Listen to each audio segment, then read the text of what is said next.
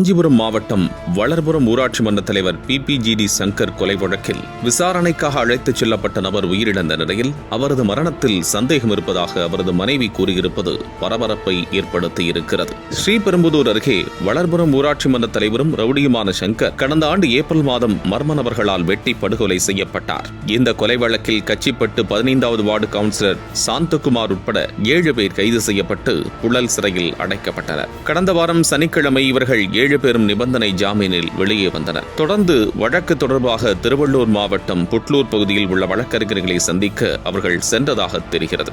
இந்த நிலையில் செவ்வாய்ப்பேட்டை காவல் நிலைய போலீசார் அவர்களை விசாரணைக்காக அழைத்துச் சென்றதாக கூறப்படுகிறது. அதில் சாந்தகுமார் மட்டும் திடீரென திருவள்ளூர் அரசு மருத்துவக் கல்லூரி மருத்துவமனையில் அனுமதிக்கப்பட்டு உயிரிழந்தார். விசாரணையின் போது சாந்தகுமாருக்கு உடல்நலக் குறைவு ஏற்பட்டதாகவும் மருத்துவமனையில் அனுமதிக்கப்பட்டிருந்த நிலையில் சிகிச்சை பலனின்றி உயிரிழந்ததாகவும் செவ்வாய்ப்பேட்டை போலீசார் தரப்பில் விளக்கம் அளிக்கப்பட்டது. இந்த நிலையில் தனது கணவர் சாந்தகுமாரின் மரணத்தில் சந்தேகம் இருப்பதாக அவரது மனைவி விஜயலட்சுமி குற்றம் சாட்டியிருப்பது பரபரப்பை ஏற்படுத்தியிருக்கிறது. உடலை வாங்குவதற்காக திருவள்ளூர் அரசு மருத்துவக் கல்லூரி மருத்துவமனைக்கு வந்த விஜயலட்சுமி சாந்தகுமாருக்கு எந்த உபாதையும் இல்லை எனவும் உடல்நலக் குறைவால் அவர் உயிரிழந்தார் என்று போலீசார் கூறுவது நம்பும்படியாக இல்லை என்றும் கதறி அழுதபடி குற்றம் சாட்டினார்.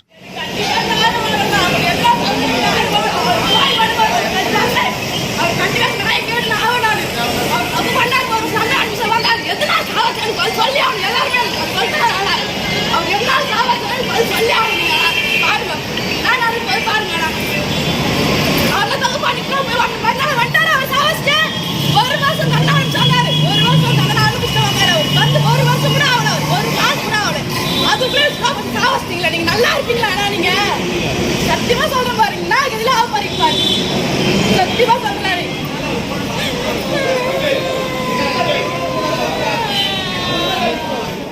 சாந்தகுமார் எதற்காக போலீசாரால் அழைத்துச் செல்லப்பட்டார் என்பது தமக்கு தெரியாது என கூறிய விஜயலட்சுமி உடல்நலக் குறைவால் அவர் மருத்துவமனையில் அனுமதிக்கப்பட்டுள்ளதாக போலீசார் தம்மிடம் கூறியதாக தெரிவித்தார். தனது கணவரின் இறப்பிற்கு காவல்துறையே முழு காரணம் என்றும் இதற்கு தகுந்த நீதி கிடைக்க வேண்டும் எனவும் விஜயலட்சுமி கோரிக்கை விடுத்துள்ளார்.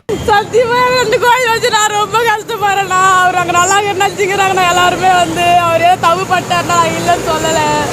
அதுக்காக தண்டனை கண்டிப்பா அனுபவிச்சுதான் வந்தார். ஜெயில இருந்தா ஒரு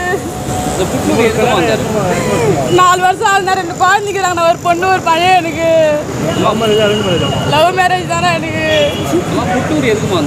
எனக்கு உண்மையிலுமே எனக்கு தெரியல. நான் எதுக்கு வந்தாருன்னு எனக்கு உண்மையே தெரியல. எனக்கு